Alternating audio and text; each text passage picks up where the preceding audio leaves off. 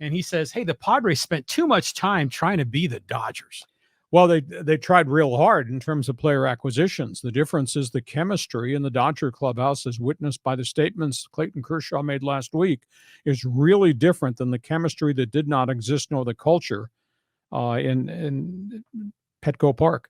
And I think there's a huge difference in the way the analytics at Dodger Stadium work with manager Dave Roberts versus what has been forced down the throat of Bob Melvin. I think going forward, when they finish up with the series, San Francisco series, Comiskey Park White Sox, they come home to pack up the gear and leave.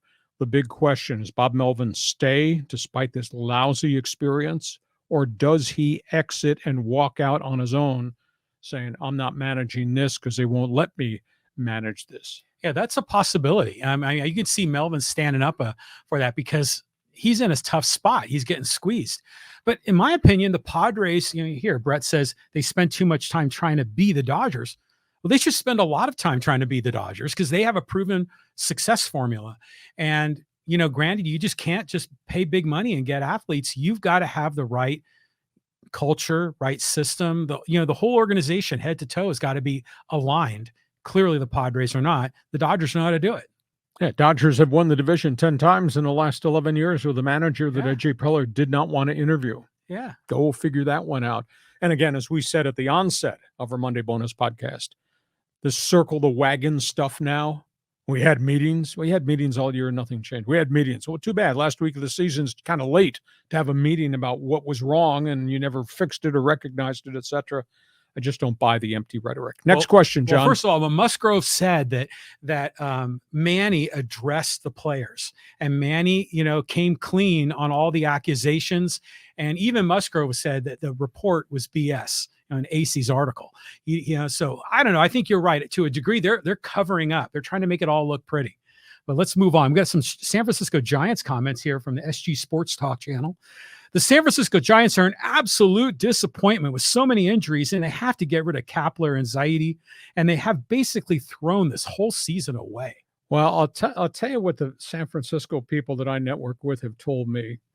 There's a feeling that, when they had the 107-win season and they didn't have any significant injuries and it was just a bunch of guys that came together and everybody contributed, they thought this is the blueprint we'll just keep doing this. Well, last season had a bunch of injuries and it was a lousy year, and this one's even worse because they've had so many injuries. So I think there's a lot of questions about Zaidi's, the general manager's blueprint, that this doesn't work. It can't have a bunch of rentals and think they're all going to hit 300 and they're going to chase down the Dodgers. And you can't think your rotation is going to take the ball every 5 days and nobody's ever going to have an injury. So suddenly everybody's really kind of questioning the San Francisco blueprint, because now we got back-to-back really disappointing seasons after they were the marquee team 2 years ago when they won 107. Kapler is cut from a different cloth, real different persona in terms of game planning and punching buttons. Players seem to like him. He may be just different. And now people are questioning whether that offbeat approach actually works. But they're going to have money. Now, we'll see if John's favorite player, if Showtime goes to San Francisco, because maybe that changes everything in the Bay Area, though historically, more recent times, they don't have a history of paying $40 million to a player. So we'll see what happens with San Francisco. Well, if they think this blueprint isn't working, they got to go to a different blueprint. And even the Dodgers have, 2 or 3 like big time Hall of Fame type of guys, and they surround them with these role players and, multiple position players. Where the Giants, they always seem to have these guys that overachieve, and they were, like you say, journeymen, and, and they come to San Francisco and play well. And you're kind of surprised by some of these guys like Lamont Wade Jr. He's a good player, but gosh, he plays a lot better than you expect. So the Giants need to change this up. I mean, I saw just a few days ago, they had lost 26 of their last 31 road games. Mm-hmm. I mean, just getting smoked. Not the same team. Yeah. So we'll see what they do next year. On we go. Next question. On we go. This is from Gary, and he says, Staley is just plain dumb. Well, he's a riverboat gambler, but the guy is 20-19 with one of the great young quarterbacks in the league. And the guy's defense, even Sunday against Kirk Cousins, didn't play really well. They're still dead last in passing defense and close to last in overall defense. And this is supposed to be a team that some people up there think might be potential Super Bowl. So I don't know if Staley's growing as a head coach, because I sure don't see it on the defensive side. And the front page of his resume is all stapled with defensive accomplishments while he was a defensive coordinator before he became a head coach. And I don't see any of that happening right now. Yeah. And then what was the final score? It was 28-24, right? No, 30. Oh, you asked me too quick now. But they're not scoring like 40 something like we thought they would, No. that they'd have to outscore. So even the offense isn't as great as it could be. But I don't know. Staley, he just seems like, I don't know. He made that fourth down call was just insane that he made that decision. And I get, you want to put your confidence in your team and we can go get 1 yard when we need it. But come on, man. I mean, that's like a 2 minutes left in the game. You punt the ball and you have to make them drive the length of the field. Yeah, and he's done this. He ambushed everybody his first year with all the bravado of all these fourth down calls, and they were pretty successful. Mm-hmm. But I swear to you, from all the years I spent as the voice of the Chargers and in the NFL, the minute you start doing stuff, those coaches across on the other side of the field, they're going to look at all that video. They'll find ways to slow you down or take you out of what you do best. And it caught up to them last year. They weren't as successful. It's caught up to them more this year in terms of fourth down. So you just got to think the next move ahead before the other guy catches up to you defensively. Yeah. So they got a lot of work to do, but the season's still young. We're still in September. Let's go here to here was the comment. There it is. This is from Manny. He says, Oregon is just getting to the Big Ten. Colorado should be happy they are going to the Big 12 since it's a weaker league. Well, it is. And we said this back weeks ago when this whole thing exploded and everybody was going different places. Everybody in Boulder's going crazy because of Coach Prime and everybody's wearing cowboy hats, etc. But it's not the Big 12 as it used to be. It's not Colorado, Nebraska when the Huskers were really important. There is no Oklahoma after this year. There is no Texas after this year. I mean, if you're going to get surprised about playing West Virginia, well, good luck to you. So the Big 12 is just not the same as it was before. We'll see if CU bounces back. Now if they get obliterated again by USC this weekend, I'm not going to say cause for alarm because they're really going to be overmatched from a talent standpoint. The rest of the schedule, as they get out from beyond the USC game, they can probably hang in there as long as they don't get Shadur killed. He got sacked 7 times. He got pounded. Mm-hmm. And they're losing players. And it's obvious they don't have enough offensive and defensive linemen right now. Their skill guys are starting to get nicked up. But, if this turns out to be 43-7, that won't be good. Yeah. But once they get beyond the Trojan game, the schedule becomes much more winnable going forward if they still got the players healthy. Yeah. It's going to be great to see how they go up against SC, especially at home. So maybe the dynamic changes. Has there been any updates on Travis Hunter? Do we know more about his situation? He's out with lacerated spleen. So I would think 3 to 5 weeks. It was a wicked hit. I thought it was a grossly cheap hit too. Oh, it was terrible. Yeah. I'm surprised that guy stayed in a game.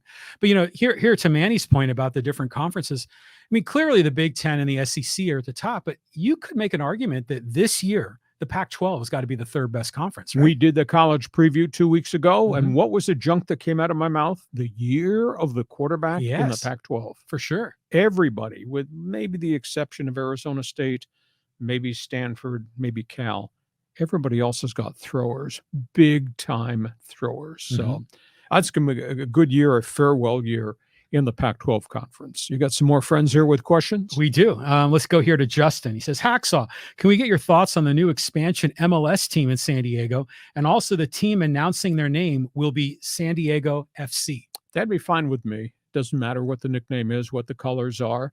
I'll be intrigued to see what kind of quality of players they get. They're not going to get a Lionel Messi, that's for certain.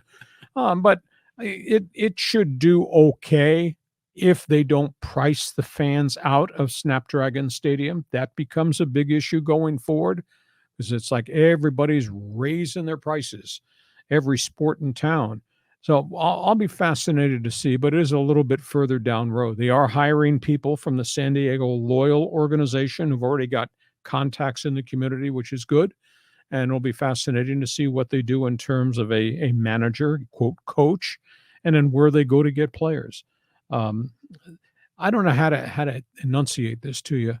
I mean, I love World Cup soccer, and I pay really close attention to the English Premier League. We're the only two dummies in San Diego that get up at 4:30 on Saturday morning to watch Arsenal and Chelsea and Man U and Manchester City. I don't know if MLS soccer grabs the fans by the shirt and makes them fanatical. There's no doubt it's good. There's no doubt that they're developing their own stars. Just look at some of those guys who've played MLS that are now part of the U.S. World Cup team. But by the same token, look at how many U.S. guys have gone abroad to play and become real stars and have come back to contribute to Team USA. So I think it'll be successful. Is it going to be 35,000 fans per game successful?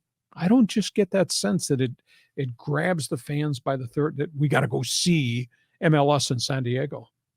Yeah, I think they're going to do well. I mean, because I remember back in the 1980s, I was working at the sports arena when the San Diego Sockers were blowing up, and they'd sell out that arena. And now, granted, that was only 12,000 or something, but the Wave do really well, the women's team, and San Diego State football is not grabbing people by the throat. So maybe soccer. There's a lot of soccer people in San Diego, and they've been pretty loyal to the loyal, right? In terms of the minor league teams that have been here. So I think this could work. I mean, they're going to have to get a couple of star names, maybe not a Messi, but some guys that they can really kind of market. Yeah, exactly. And once they get that going, I think there's a good shot that they're going to do well. I just wish they would pick like a real team name, like LA Galaxy kind of sounds cool, but FC San Diego or San Diego FC is like, come on, be a little more creative. Yeah.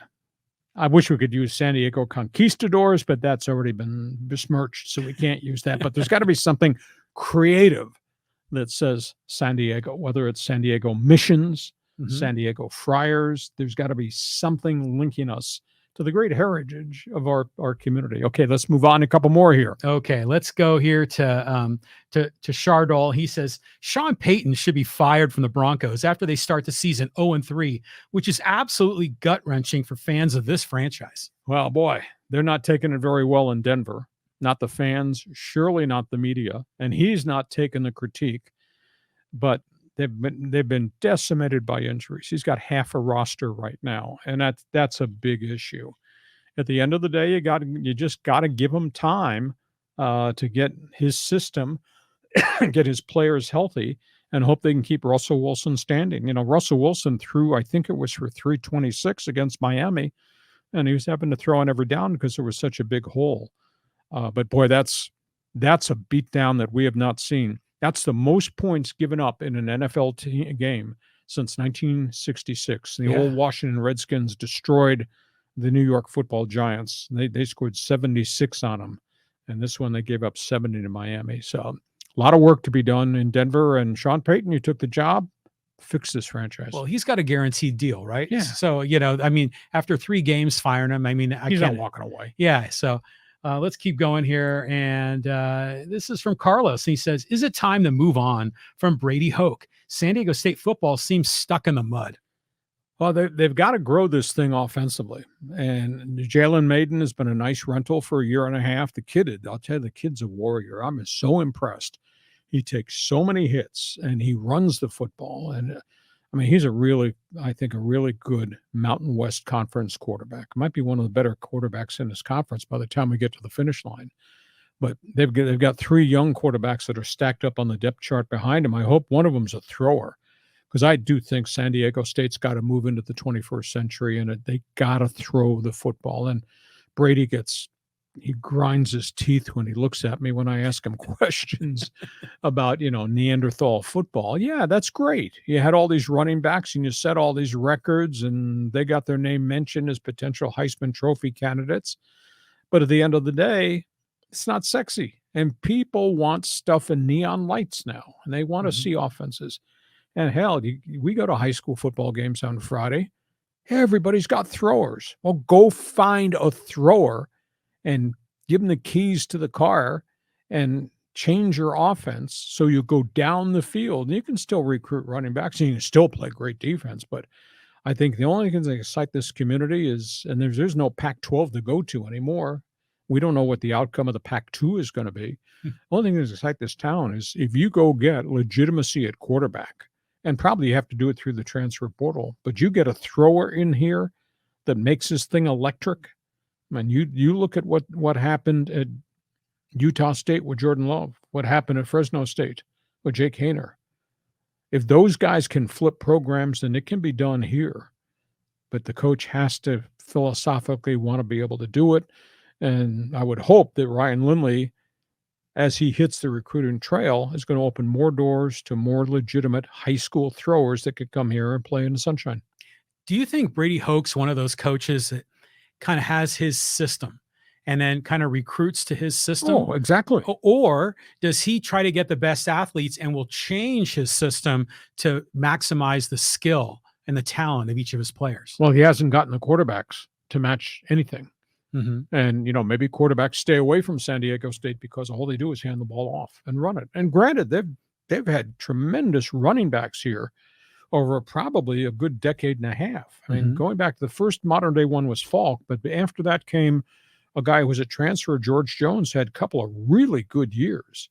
And then obviously the more recent ones, whether it's Penny, whether it's Pumphrey, etc., maybe quarterbacks stay away from here because the theory is all they want you for is to hand off and throw a few safe passes where we don't have guys down here throwing for 400 yards. But they've had it in the past. I mean, if you go back and look, if you were to punch up yearly passing leaders at San Diego State, they've had some quarterbacks, even in this modern era, who chucked that thing down the field. Tim Gutierrez was here for a couple of years as a starter. He threw over 3,000 yards. Didn't get a lot of national ink, but he was a pretty good player. Billy Blanton under Tom Kraft was a thrower.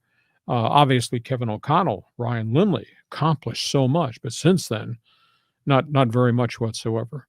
So can Brady change his ways? Can you change your spots on a Dalmatian dog? Nah. You asked me that last week. I don't think so. Okay, here's a comment from, where is it?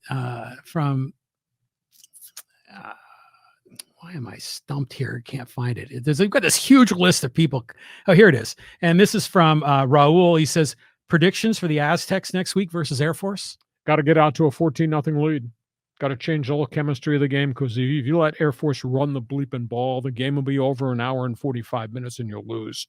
Like I said, Air Force runs stuff that you can't practice at full speed. There's just no way you can create the speed and create the misnomers of how they fake handoffs, who has the ball, where does the ball go. You just can't do that.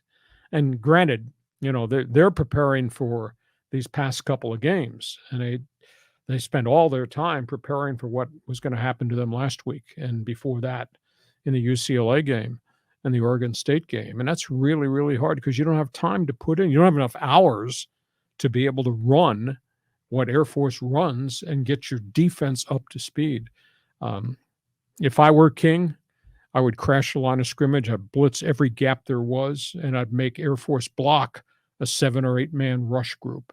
And that's the only way you slow those guys down. And if you can slow them down and if you can score, then you're making Air Force happen to throw. And they don't do it very often. They don't do it very well or very consistently. It's got to be an early lead because, like I said, freaking Air Force, 400 yards rushing against San Jose last week. Unbelievable. Now, aren't the Air Force Falcons, aren't they 4-0, I think? Yes. Yeah, so they got off to a great start. And is this game going to be in Colorado or at home? Colorado Springs, baby. Oh, geez. So you got to play up at elevation and against that wishbone attack. And they will run the football till your eyes water and your nose bleeds. Well, especially after seeing what Boise State did to San Diego State with the run. Yeah, they're just going to keep going. So, yeah, Hoke's got to make some adjustments. 8-man front. Air Force going to beat them that way. Hey, listen, we hope you have enjoyed our Monday bonus podcast.